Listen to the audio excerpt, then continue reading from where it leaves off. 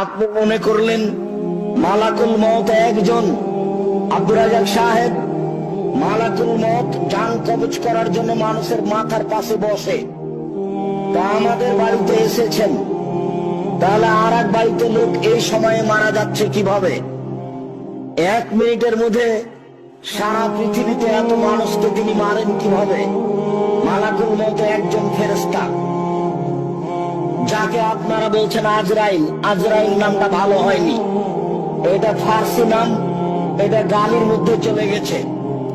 এই ফেরেশতার নাম মালাকুল মউত, ওটা আল্লাহর নবী দিয়েছেন। মনে রাখবেন, এরই নাম ক্ষমতা।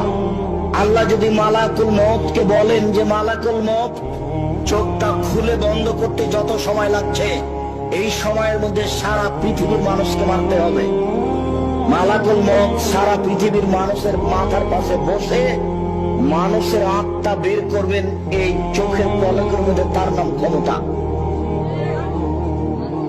আপনি তার কাজকে নিজের মতো বুঝলে হবে না, আল্লাহর কাজকে আল্লাহর ক্ষমতার মতো বুঝতে হবে, তাহলে এটা সহজ হবে।